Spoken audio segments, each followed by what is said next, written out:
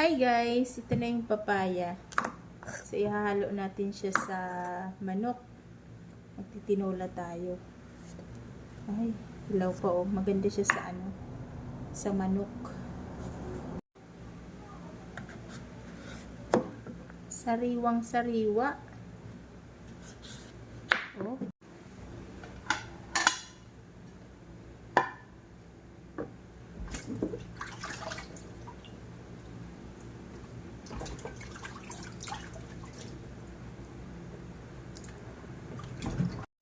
Matagal na rin akong hindi nakakapagtinola. So, sakto naman ay meron tayong papaya dun sa kabila. So, ayan, nilagyan ko muna siya ng asin. Ayan. Ngayon naman, huwain natin itong ating papaya. Lakihan lang natin. Yan. Yan. So, sibuyas at luya lang ang ating ihahalo. So, konting luya lang.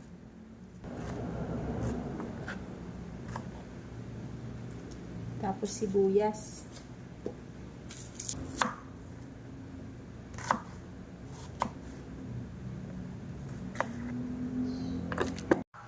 So, ayan guys, magluto na tayo habang maaga pa.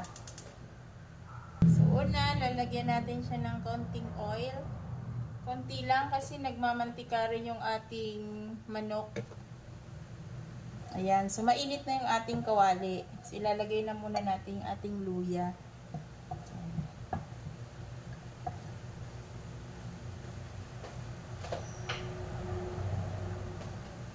Tapos, ilagay na natin yung ating sibuyas. Ayan. Ito nga pala yung gamit ko na tripod. Ayan. So, ayan. Atin lang yung igigisa. Ganyan lang.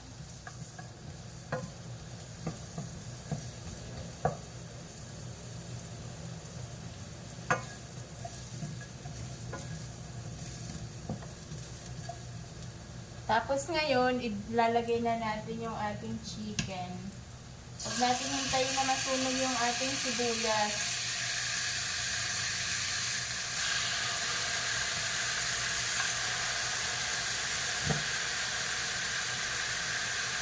Yan.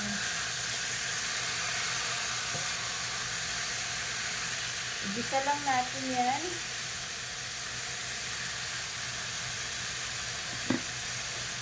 At ngayon, takpan muna natin siya.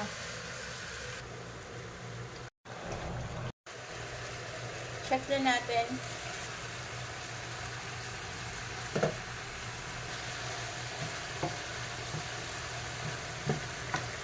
At ngayon, lagyan na natin ng tubig sa bowl.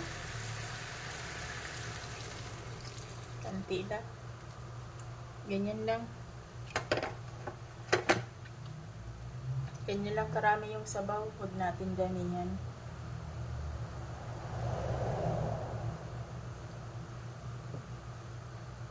Okay. Tapos ngayon, takpan ulit natin.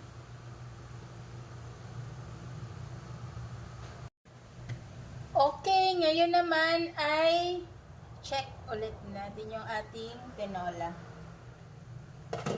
Tinolang manok. Yan, luto na. Ito yung ating papaya, luto na.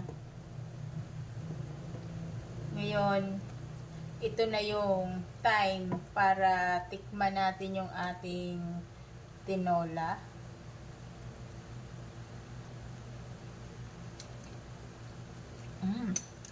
Sarap ng sabaw. Ang sarap. Ngayon, lagyan natin ng paminta.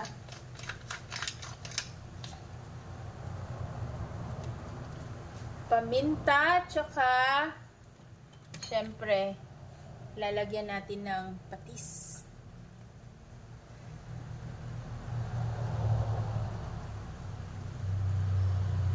Ganyan lang. Yan. Kasi kanina, naglagay tayo ng asin sa manok. So, medyo marami na yung nilagay natin na asin kanina. Halo-haloin lang natin. Takasan na muna natin yung apoy. Hininaan ko kasi yung apoy. Kasi pag nilakasan ko yung apoy kanina, umaapaw siya. So, ngayon naman ay tikman natin ang sabaw. Wala tayong malunggay. Ito naman ay optional. Kung meron kayong tanim na malunggay, pwede nyong lagyan, tsaka tanglad. So, wala tayo niyan. Wala tayong tanglad.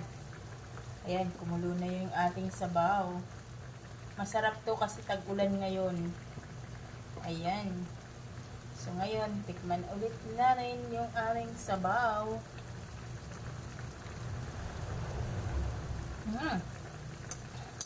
Grabe, ang sarap. Iba talaga ang lasa kapag fresh yung gulay. Okay, patayin na natin. Luto na yung ating sabaw.